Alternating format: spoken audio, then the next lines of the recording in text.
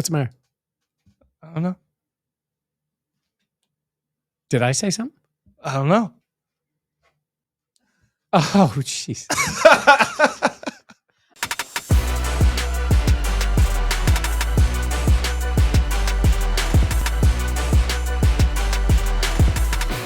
This is the Buffalo Plus Podcast, brought to you by Connors and Ferris.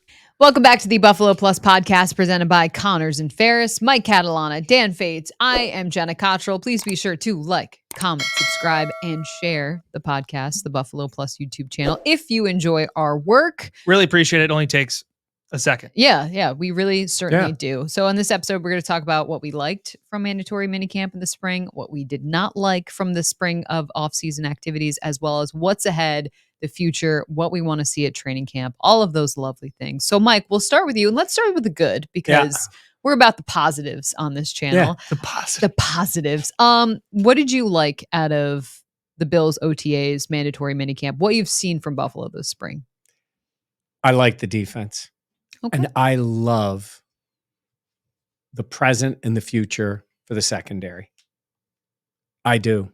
They can coach them up. They're going to be more athletic. It may take an adjustment. I'm not diminishing Poyer and Hyde. There was a comfort level with those guys. I think there's a level of athleticism now. I loved the piece you guys did on Rasul Douglas. Yeah. I love the way he talks. Love Rasul. He just comes in and he's like, yeah, you know, the way he described what last year was. Poe just told me where to be, and that's what I did. And now he'll know it. I always have liked Benford's mentality.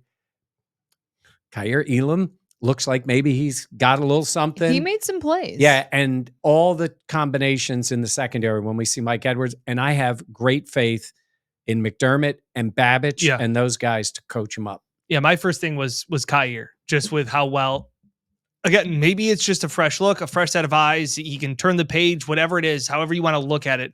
He just looked like a guy that also got opportunities more at OTA's minicamps because Rasul wasn't there. Yep. Benford missed time because of family obligations, things like that. So like he was one of those guys that we always said, like DeMar was that spot too for a few years when Micah and Poyer didn't show up. Like DeMar got all of the first reps, and I think that was a big part for him. And then he comes in and has 94 tackles the season that Micah injures his neck. So that was the one thing I thought individually. Like Chase Claypool was also really good, and we've addressed that a bunch.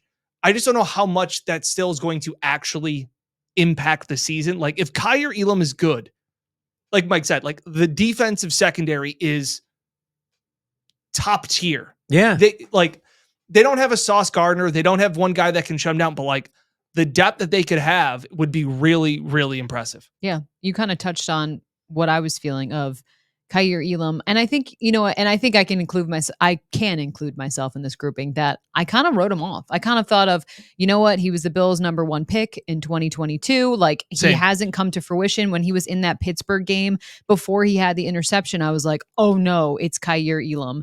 And I think for him, this clean slate that you mentioned has been huge. The ability for him to get time on the field this spring, having John Butler be with another team. I think all of those things have been impactful. And I think we're starting to see what Kaiir can do. And he talked about how this was really the first time in his career that he has struggled. And I think for a lot of players, that can make or break your career is how you handle that. And it seems like he is taking things in stride. So I've been impressed so far. Now, what does that mean going forward? You know, will he be able to find a spot on the field? That's another question. But I just think for what we've seen from him and the improvements made, you know, at first I was like, oh, Kaiir Elam. But then he continued to make plays where you're like, okay, he had a really good offseason. There was a time where it's like, oh, he had a play. It was like, boy, how bad is Josh, or how bad is that receiver that like, and then all of a sudden it was, no, it's not because somebody else is messing up. It's because Kaiir is making a play. Yeah. I did like, you know, we were in London and he had a rough game. Calvin Ridley and all that. Stood up and talked. Now, maybe to a lot of you, that doesn't mean anything. I will tell you this, it means something in that room amongst the players. He stood up like an adult and he talked. And I also never got the feeling like he was like, I'm sorry, I screwed up, I lost the game. I do think he maintained a level of confidence. Mhm. Now, we're saying all this, again, I'm talking about him being in the mix to play, because for a time last year, it was break glass Correct. to put Kyer in the game. Yes. It just was. Jamarcus Ingram got time. Yeah. And they sat him down in those games. He's a talent. He is a talent. That's what they drafted. It wasn't working. Doesn't guarantee that it'll work, but it was encouraging. I also think you look at the reaction of other players during practices when guys make plays, and I feel like to see the defense get so excited when Kyer had picks or just a nice play, all that stuff. I think it kind of gives the insight of, what do his teammates feel about him? How do they feel? Because if a guy's not liked and makes a great play, some people be like, oh, okay, cool. You can kind of read the room in that way. But seeing the other defensive players get super excited for Kyer, I'm like, okay, you know what? Maybe it just took a little bit more time to gel. But maybe that's where we're at now. And now his confidence, instead of kind of dwindling, it can continue to grow. But it wasn't just his teammates. It wasn't just that. It was Bobby Babich, which you're like, oh, okay, like he's obviously fired up because his defense makes a stop in practice. It was also Sean McDermott. That is when it goes to where Sean. It's got to be Brandon Beane too. Yeah, you're right. It's got to be as well. Yeah. But also to the point of you're out on the field as number one pick, failed expectations. Now you're out on the field. You're still a number one pick, but the expectations are lower. Mm-hmm. And now it's at least possible for him to meet or exceed that. And then you go, hey, wait a minute. Maybe Kyer can be on the field. Maybe he can help them. Yeah. And play a more prominent role. But we've also, and we always joke around the analogies, we've talked about how much easier it is for the golfer that's from behind to make shots and to chase down the person that's leading rather than, okay, I can just go and play free. I don't need to worry about if I mess up, I'm already behind anyway. But when you're that leader, it's tough. When you come in as that first round pick, the Bills traded up. You've got to be the guy are you replacing, Trey White, all these things. It is very tough to make the shots when you need to, if we're sticking with the golf analogy. Whereas if you're a guy that's in third place, that's 5 back, you may drain an eagle because it's just like, hey, why not? And that was Benford. Yeah. Benford came in and was just like, screw it. I got nothing to lose. And he was great. He's been great since. I don't think we talk enough about how much we set the expectations around, where a pick is placed. Like Keon Coleman. Beans talked about it. Because for him, it's really important. But I think as fans, a lot of times it's like, well, Keon Coleman's the Bills' first pick this year, but he was the first pick of the second round and fell out of the first round because all 32 teams passed on him. I think you don't believe that. Well, I the think Bills could have had him before. No, I know. That's what I'm saying. I think it's a double. How the pick shakes out with Keon being on that cusp is how you'll view him. If he's great, you're going to be like, what a steal in the second round. If he stinks, you're going to be like, man, they still used a high 33rd overall pick. Right. To take him. But he was the 8th? What was he? Seventh or 8th. I thought they had 6 or 7 wide receivers going the first before round. him. So, but you see what I'm saying? I agree with your point of it's how fans view the player and the expectations. And Bean has talked about it. He hasn't told you, the fan, but you should also consider that when you're putting expectations on a player. But also, the Bills went into this draft needing a receiver, and he's the guy they got. Whether they got him 21st or 31st, they're like, Keon's our guy. Yes. But he was the only one they drafted. I know. That's another interesting And they traded wrinkle. back twice. Yeah. Once with the Chiefs. I digress. I'm not going to get all upset on a Monday here, but yes. No, I agree. I just think of AJ Epinesa was the Bills' first round pick that year, but he was in the second round. And I think a lot of people thought, oh my God, this guy, they almost held him to the same standards of a number one pick because he was the first player selected from Buffalo. And that's, and again, if you haven't heard it, Bean has talked about how even if you love a player, and you value. say, well, I'm going to go up and get this guy in the second round because I don't want to wait for. He goes, that's unfair and it's not smart in following the board because then that guy is going to have the expectations of a second round pick when maybe he's only a third round, evaluation. Right. But the player's going to go, I'll take that second round money over the third round money. Yeah. I'll take the pressure. Right. Give me the money. Give me the cash. Fill my pockets with green, I believe is what Rasul Douglas said. Yeah, I do love that. Oh, how about the fact that he said, I'm in a contract year? The only thing I wish I would have done when I asked him was also we didn't talk about Uno and how the Uno game is going. Yeah. And the cheating Oh. scandal that was once Who is the cheater? Alleged. apparently it was. I'm trying to remember. Oh, it was the corner. The bad podcasting.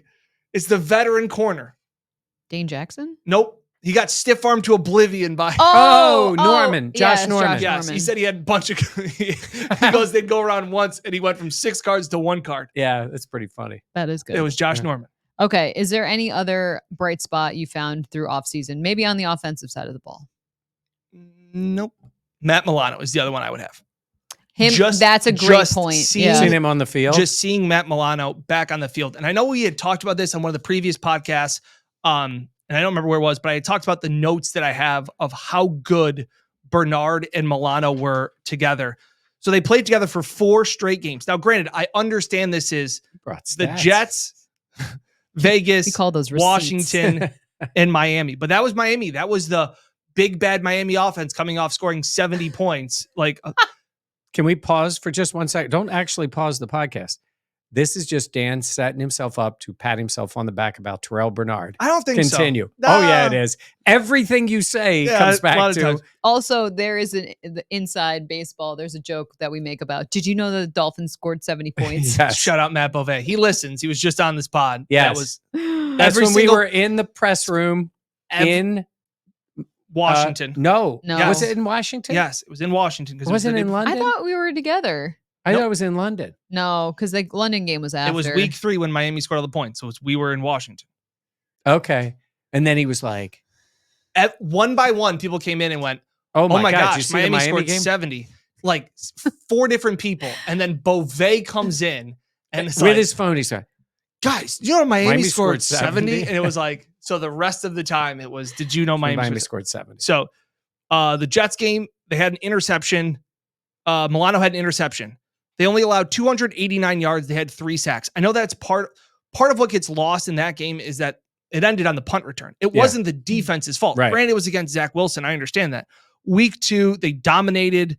Bernard had 6 tackles. Milano had 4. They each had an interception. They only allowed 240 yards of offense. Was that why? No. Raiders. Raiders. Oh, yeah. And then week 3, we joked around about it with Beauvais, but if you ever need good video of a Bills defensive player, just go to the Commanders game. Yeah, it's crazy. They had 9 sacks, only allowed 230 yards, forced 5 turnovers. Bernard had an interception, 2 sacks, and a fumble recovery.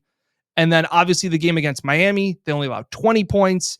In that game, Bernard had another fumble recovery, and Milano had 10 tackles, and they forced 2 turnovers. So in those 4 games that those 2 guys have played together, they only allowed 12.3 points per game, and they only allowed 288 yards per game, And had turned it over 16 crazy. sacks. And crazy amount, too. The turnovers were great.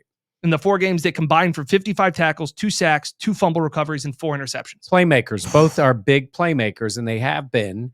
And this is where we've seen it. So now to get the 2 of them together. And the Milano thing, it's taken a little while. Yeah. And Yeah. now listen, they had the offseason, let him ramp up at the right time and all. But even at this, and hopefully by camp, he is more ready to do things. But It's a step in the right direction to see him out there with the pads. Like all of that stuff to me was just hey, I'd be more concerned if he still wasn't doing something yes. to go, hey man, like, is he going to be ready now in 6 weeks to go? And then what are we looking at timeline?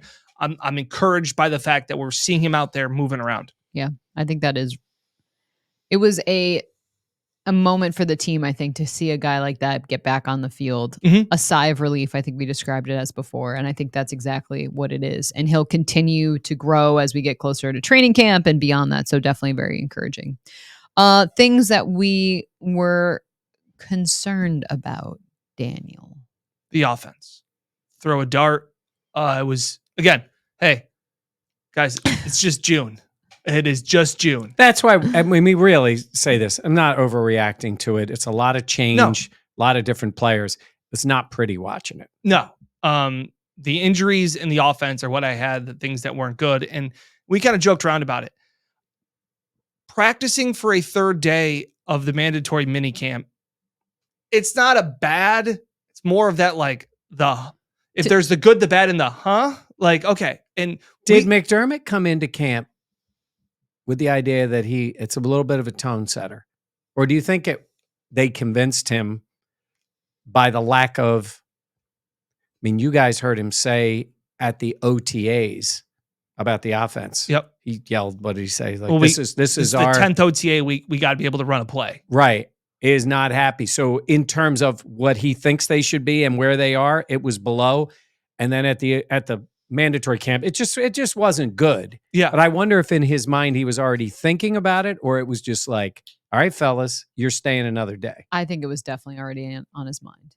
I think he knows that this team needs as much time as they can get. They need as much runway as they can before the season, in my opinion, especially on offense, considering how many new faces there are. So that, to me, I was surprised because we haven't seen that in so many years. But I think for McDermott, we need as much time on task as possible. And Thursday gave us that opportunity. I'll still push back a little bit, even if he had the inkling of doing the third day and practicing. I know that I'm sure that not in the building. I'm sure they could have earned that third day off if their offense was better. They would have needed to have a hell of a day too. Right. Because day one was bad. Right. Yeah. But I'm saying is that, like, even if, like we were just talking before we started rolling, like, hey, do you think he got into the players' ears like 4 weeks ago? It was like, hey, I know mini camp, we've usually taken the third day off, but a lot of new guys. I just want to make sure that we're up to speed. So there's a possibility of a third day. Go ahead. But then, saying like, hey, but you can earn it. You can earn the third day off. But I don't think he wants to be punishing his team in June.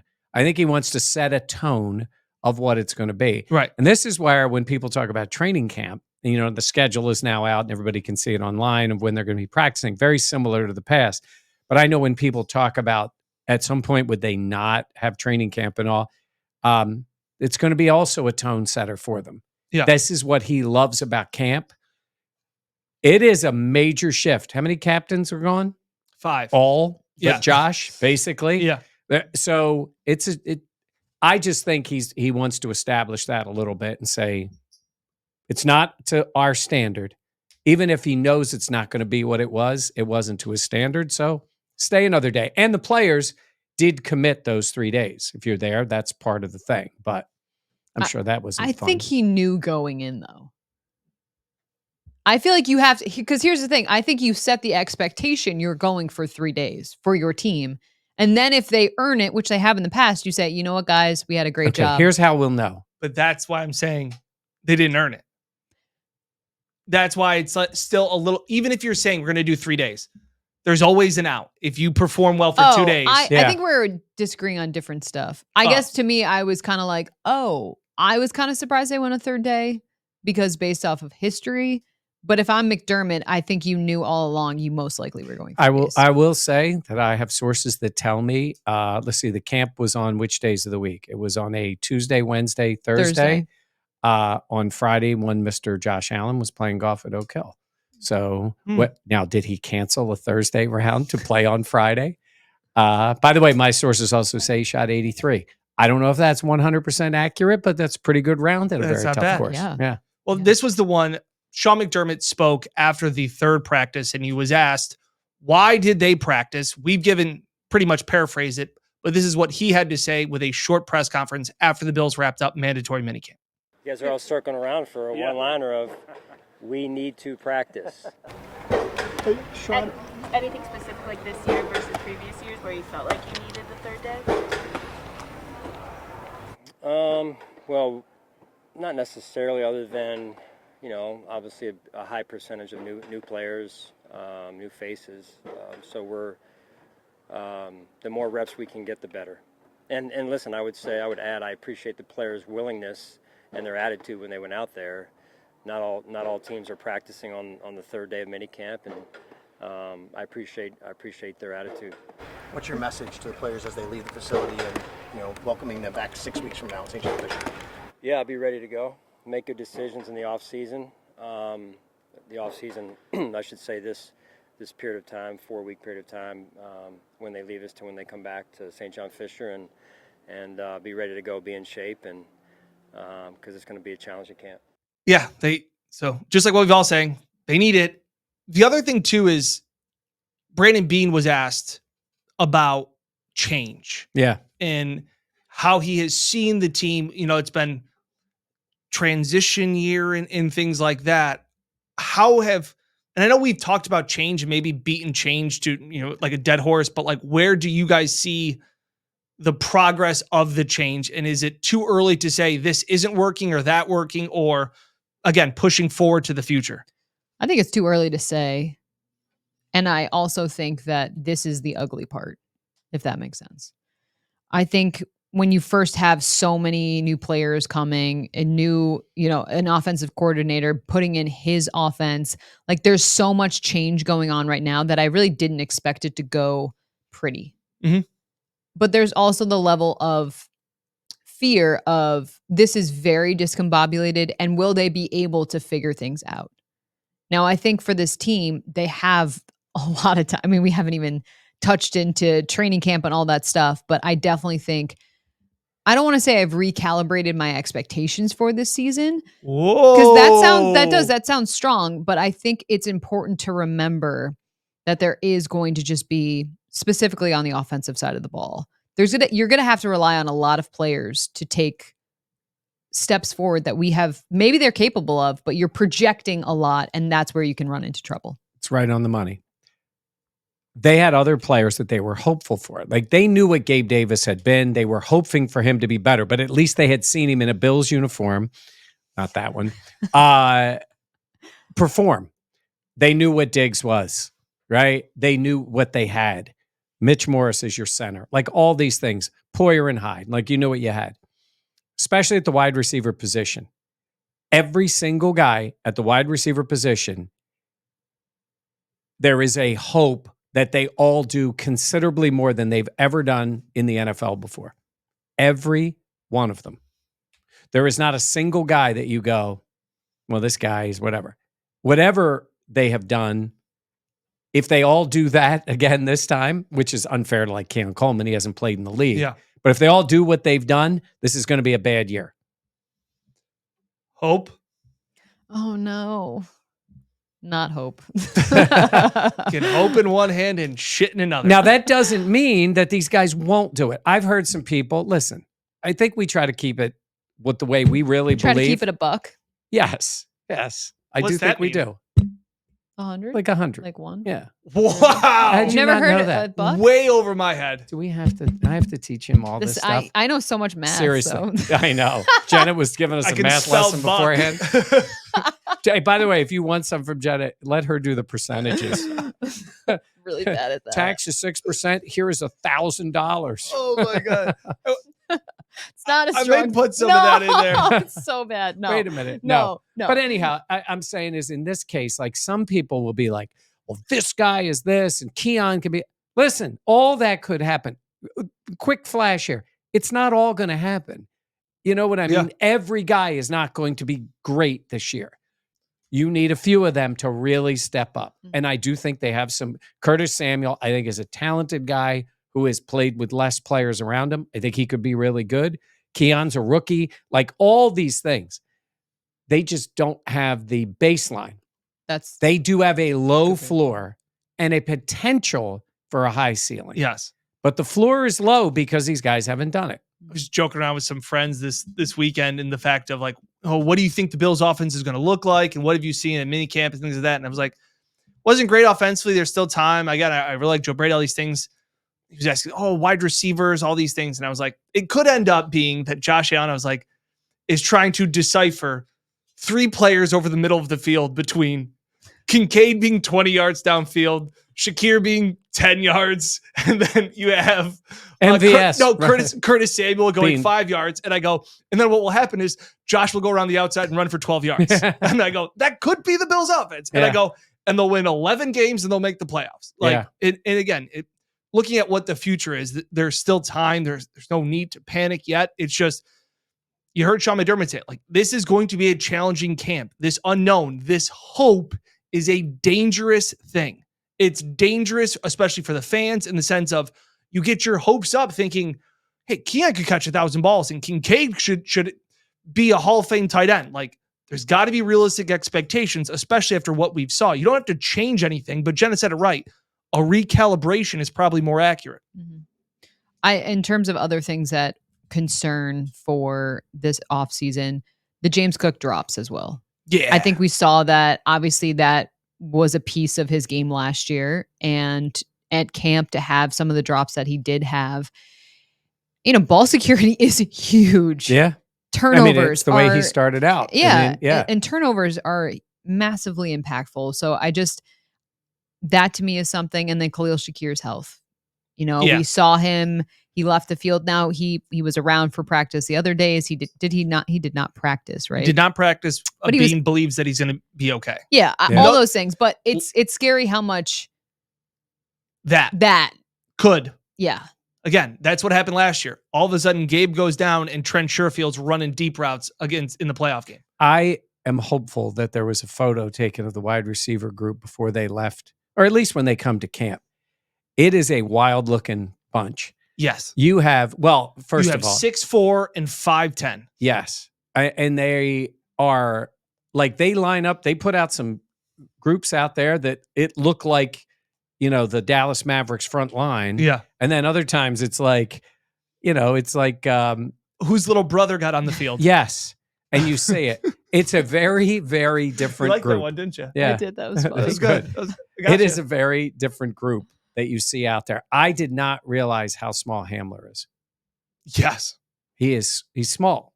Yes. Yeah. So they have a few of those groups out there, but it is an interesting bunch. One guy with no shoes on, Keon with, his puffer jacket. And I mean, they got something. Eating cookies. Yes. All right. What's ahead?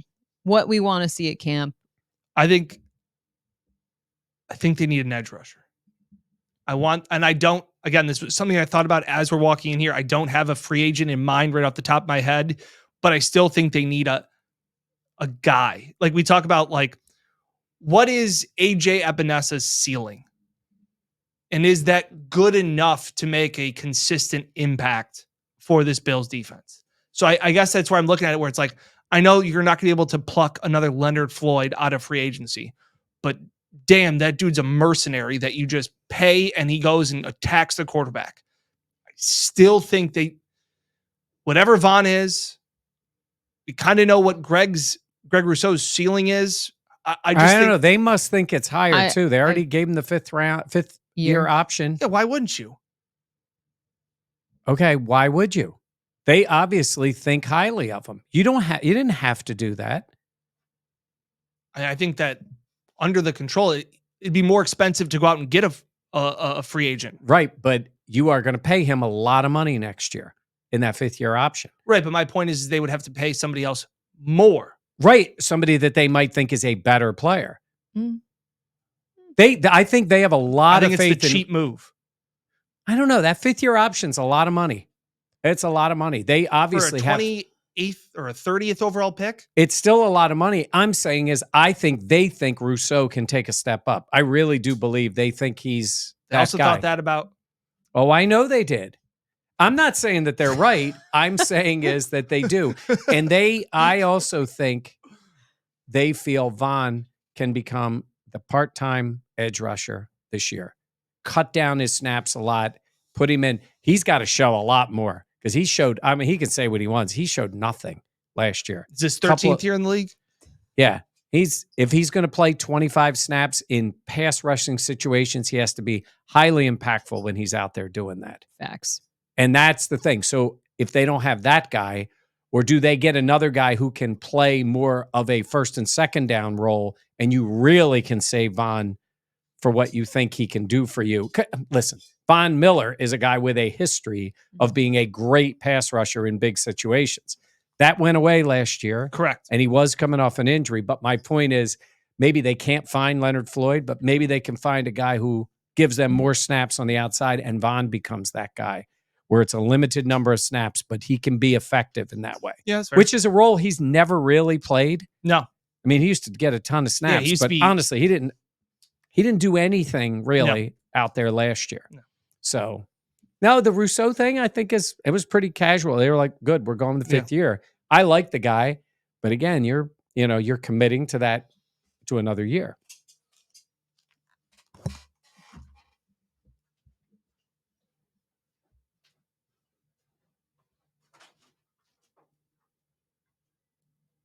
What's the matter? I don't know. Did I say something? I don't know. Oh, jeez. I thought I said something. We're leaving all of that in because Mike thought I thought I thought there was a death. You Mike thought there was- you offended me? Yeah. Yeah, I don't know. You Well, I asked Dan. He's like, just go get the jacket. I was like, should I just get up? He said yes. So dramatic. Oh. But We're in the midst of a Hall of Famer, everybody. yeah, breaking news, Oh, my special announcement, a gold jacket for Mr. Mike Catalana. they're gonna think I'm going to Canton. You should be. You are. Yeah. Am I putting this on? Yeah. It's going to be really hot. But Mr. Mike Catalana has been This is Full awesome. size. This is awesome. Hey, it This is a looks good pretty one. good. I'm not gonna lie. No, Mike is being inducted this fall into the New York State Broadcasters Hall Wow, of Fame. Yeah, look at that. Thank you. Yes. Wow, I got gold. Speech. It was all me by myself. I did it all. Well, thanks. This is pretty cool. Yeah. Actually, yeah. This is Yeah. nice. We'll get it tailored. Yeah, we can get it. I'm Well- trying to work on a patch too. Where I'm gonna wear? When do I wear We're it? gonna put it in the Well, rafters. We know there's guys who wear it Yeah. all over the place, Yeah, and there's guys who don't. Just This wait is till cool. you go This is back. the right color, though. I know. I mean, this is the color. Well, But that's Gold the pro- buttons. That's I don't know sharp. about so the gold the actual buttons are black, but I could not find one in your size that had the black buttons. Well, this is Not this his is, size. but I'm saying is no. This is not. But this is now. Listen, just so and you sorry. I am not going into Canton. It's not the Pro Football Hall of Fame, no, but it's the New York State Broadcasters. Broadcasters Hall of Yeah. Fame. and it'll be an event down in New York City Yeah, look Yeah. at that. during No. the season. Hall of Fame podcast now. That's Hall it. of This is now a Hall of That's Fame. it. Hall Love. of Famer. Yeah, look at I know. that. You Oh, thought, thank oh my God, you thought your takes I on don't know, you walked thought your out- takes on Greg Rousseau offended me. It's going to be really good because this is going to be the open, and the fact of Mike being like, "What did I say?" Oh, What honey. is everything okay? No, it's fine. Well, It's you fine. just bolted. Well, I asked would've Dan. thought- I I you would've said thought you'd just been get like, the "I'll- jacket. Well, I would have thought you would have said, "Hey, I'll be right back." I said, I texted It was you. so abrupt. You guys are very should well I said, coordinated should I here. just get up? And you said yes. So I was like, okay, I'll just get up. Yeah, well done. No, you said, "Should I get it?" No, Wait, I said, should I oh. just get up? You Well, can't read, Yeah. but we should have known that. That's why they're not Hall of Famers yet. Oh, you weren't able to read, Dan? Dyslexia is a real thing, everybody. It's a real thing. Hey, I like the look of it. I'm gonna keep wearing this. This is good. I may wear it on the air today. Yeah. What do you think? Can you imagine if I walked out in this? On the I think you newscast? should. I mean, you Like, don't have to. Like, hold microphones. No, very happy for you, Michael. Yeah, well, thank you. It's a very nice honor, and Yeah. I don't want to give the other one away because there's somebody else that you guys know that is actually going in. Same, but I'll let that be announced. Yeah. But that's cool. Yeah. That's cool. Yeah, no. Anything Congrats, else? Kat. Thanks. Yeah, we're really proud of you. Thank you. I appreciate it. Yeah. Yeah. This Way to go, this is Dad. nice. Yeah. Well, Way it's to been- go. I've been in 40 years. Is So- it really going to be 40 Not years? quite like when I He was started. snubbed but- for 39 years. Yes. Truly. Truly. Yeah, like I said, yeah, I know. I'm like, where's the call? So I got the call. It was actually a really cool call. Wait, will you explain? Can you want to explain the call? It was David Donovan from the New York State Broadcasters. I'm driving to work. The phone rings, and it kind of, in our little world, it reminded me of the pro because I love watching that. And Yeah. now the way they do it is great. Now that's for those guys. That's a whole nother level. I love how he keeps bringing it back a little Yeah, bit. well, Keeps only the because- well, that's how we know. Like that's Yes. that's the only most It's people a know big the Hall of Fame. Yes. But he called me up and he's got, I got great news for you. And he says, this is the best part of my job, which is, what they say. And then he says, you've been elected to the New York State Broadcasters Hall of Fame. It's really cool. I mean, it's New York State. Like it's, Yeah. yeah. and it's, and there's some, some prominent people that have been elected. Yes. So I've joined. We're I've very joined the proud. group, but it was a very cool call, and the guy was great. And now it's set up for an event. He's putting a good word for your kids one day. Yeah. Well, you know, I said, We know a guy. I'm a tough voter, so you know, if I get a chance to vote, I'll be like, You were a first ballot Hall of Famer. That's pretty cool. Yeah. That's pretty cool. Ballot. Jeter, Ripken, Yeah. Catalana. From the Jim and Bruce, first ballot.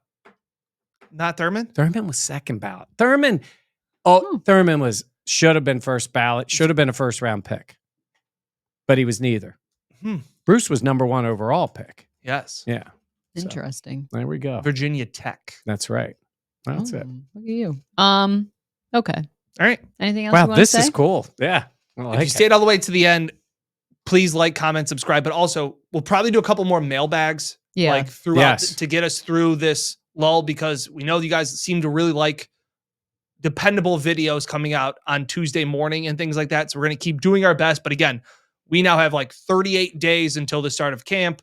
But So who's we'll counting? go through. Yeah. And just so you guys know, if you remember from last year at camp, we're doing videos basically every Every day day. that there's a camp. And during the season, we're going to be doing a lot of Thursday night live Yes. shows, Yes. Those did which will be fun. numbies. Yeah, That's it. those were always really fun.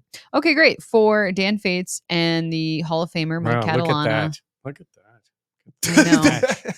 I know. The Hall of Famer, Michael Catalana. I'm Jenna Cottrell. Thank you for joining us here on Buffalo Plus. Please be sure to like, comment, subscribe, share. We'll catch you next time here. Woo, my I'm wearing this around the house. Oh my gosh. I feel This bad is that you cool. thought that I was mad. Well, I wasn't thinking about this.